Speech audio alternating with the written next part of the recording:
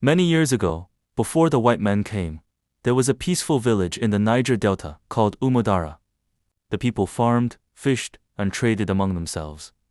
They lived in round huts made of clay and thatched roofs. Children played in the fields, and elders told stories under the moonlight. In Umudara, there was a boy named Chima.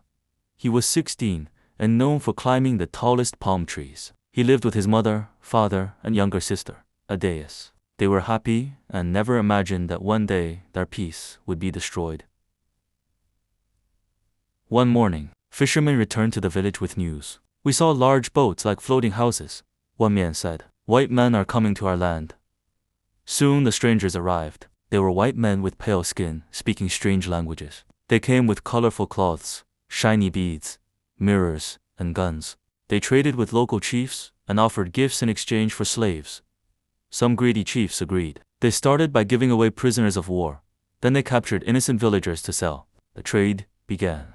One night, Chima heard screams from a distance. The villagers had been attacked by local warriors helping the white traders. Houses burned and people ran in fear. Chima tried to escape with his sister, but was caught. His mother was hit with the butt of a gun, and his father was dragged away. Chima and Adaeus were tied up and taken with many others. They walked for days through forests and rivers, beaten and barely fed. Many died on the journey. Those who survived were taken to a large port called Boni, where the slave ships waited. Boni was filled with crying people, all chained and dirty. The white men checked their teeth and muscles, choosing who would be sold.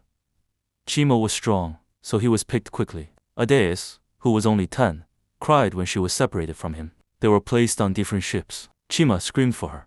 She screamed back, but they could not reach each other. That was the last time he saw his sister. The ship was like a cage. Hundreds of people were forced to lie together in the dark.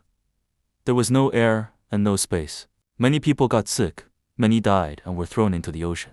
Chima prayed to return home, but the ship kept moving west across the Atlantic to the land of America. He was sold to a sugar plantation in Brazil. Chima worked from morning till night under the hot sun. He was whipped to slow down. He saw many others die from hunger, sickness, and punishment. He never forgot Adaeus or his village. At night, he sang songs in his native tongue. Other slaves joined him, and together they kept their culture alive. He told stories of Nigeria, the rivers, forests, and freedom. Years passed. Chima grew older and stronger. He joined a group of runaway slaves called Quilombos. In the forests, they fought against their masters, rescued others, and built a community where no one was a slave. Chima became a leader.